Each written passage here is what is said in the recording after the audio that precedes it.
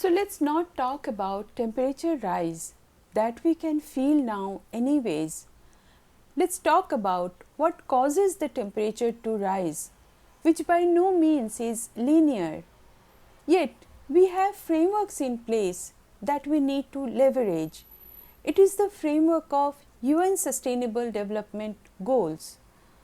What we do not have is the clarity of the causal parameters, their definitions, goals, pathways, and weightage that would lead to the SDGs.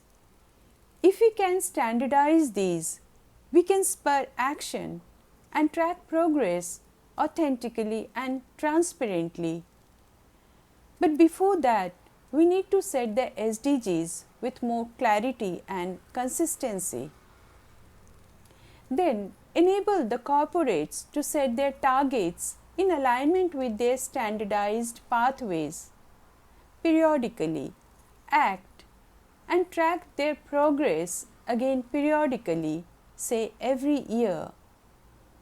The challenge is, how do we standardize these impact parameters? It can be done for large corporations by their sector, and then periodically extend their targets to their supply chain and value chain entities who feed into their IP values. For example, individual greenhouse gas reductions measured in absolute metrics, say metric tons of carbon dioxide, methane, or any of the other 4 greenhouse gases. Their goals aligned with SDG 13.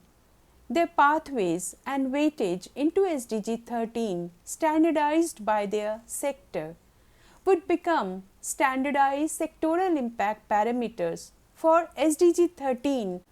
It is straightforward for all those impact parameters whose value remain the same across the globe.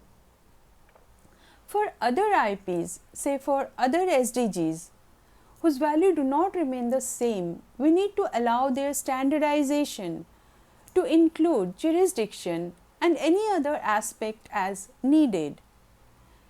Then the question is, how do we compare these large corporations in terms of their sustainability performance measured from these impact parameters whose dimensions vary? To this, we need to note that the standardized sectoral pathways for these large corporations define what they need to achieve, and if they achieve their IP targets, then we can say their IP achievement is 100%. The credibility of such declarations and achievements need to be ensured through a governance framework at the entity level. Thus, measuring IP achievement in percent terms, translating them into SDG percent achievement, and further their overall sustainability performance, we can achieve a lot. For this approach to work, we need to further extend it to the SMEs apart from the supply chain and value chain entities as explained earlier, which is possible through further standardization and governance at the local levels.